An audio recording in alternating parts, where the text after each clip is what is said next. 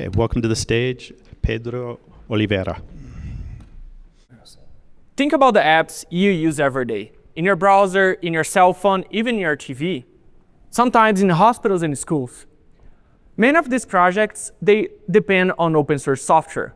Open source software is software built just not by companies, but by volunteers and developers around the world. And here's the problem. Many of these projects, they slowly fail. Not because there's a technical error or a bug, but because people decide to leave.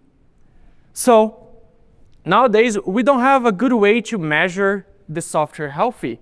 So how developers are engaging and how they are contributing to the project. And here's where I enter with my research. We are trying to understand how to predict when an open source project is failing or is not dealing well with the community. For that, I have 3 specific points that I need to understand. So the first one is how the developers are working together. We need to understand the dynamics and how they interact with other people.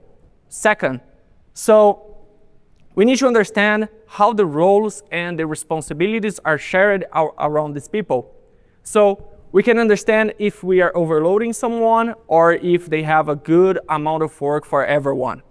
And third, we are trying to understand how are the signals and behaviors that a developer is showing before they leave the project. With these 3 points, I can build AI models that are able to predict when the community is not doing well. Because if they can realize by themselves, it's often too late.